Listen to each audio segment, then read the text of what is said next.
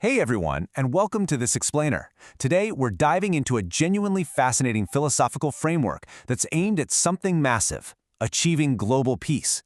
But, unlike modern political theories, the concept we're looking at today works from the inside out.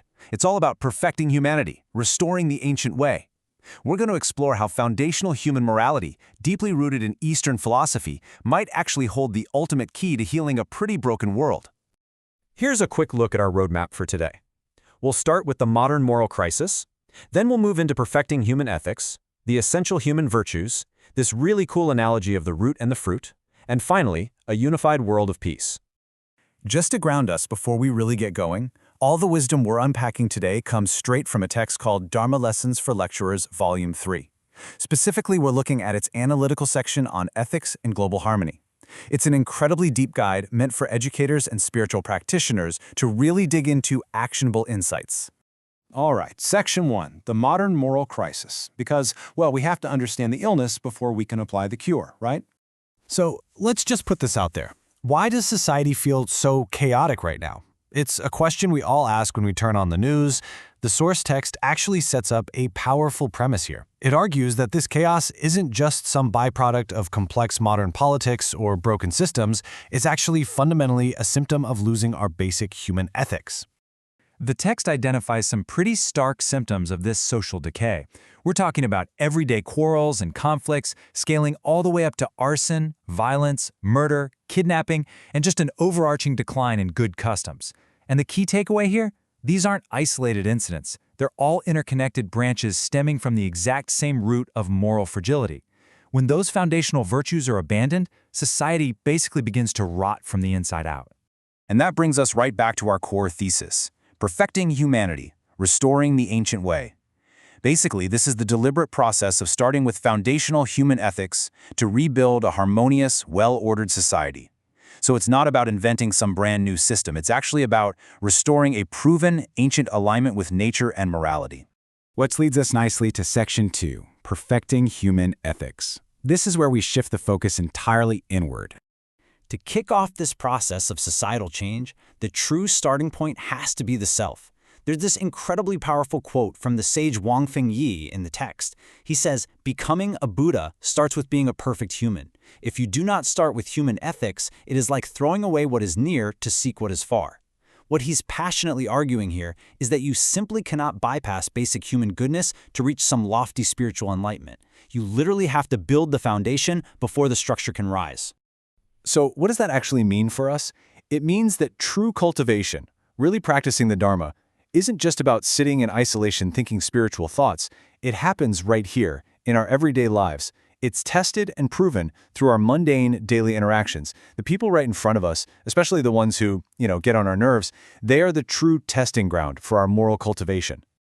Okay, moving to Section 3, the essential human virtues.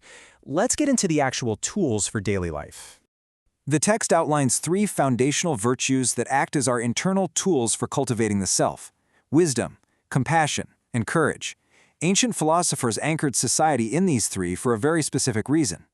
Wisdom allows us to clearly see the truth. Compassion is what connects us empathically to others. And courage? Well, that gives us the actual strength to act on that truth and connection, especially when it's tough to do so.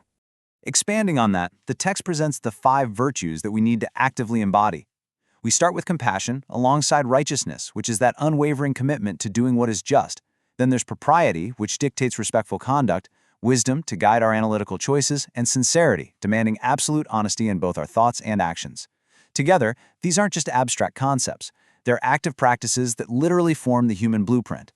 But obviously, these internal virtues have to manifest externally. The text maps this out through 5 core relationships: ruler and minister, father and son, husband and wife, older and younger sibling, and friend and friend. These specific dynamics were highlighted because, if you think about it, they encompass pretty much all of our social hierarchy and peer connections. If your internal cultivation is genuine, it naturally harmonizes these external connections, forming the sturdy trunk of our societal tree. And that natural imagery brings us to Section 4, the root and the fruit. This is a brilliant analogy from the text. So, the source uses this direct cause and effect analogy to explain societal impact. The root represents perfecting human ethics. That's the internal cause, our individual morality.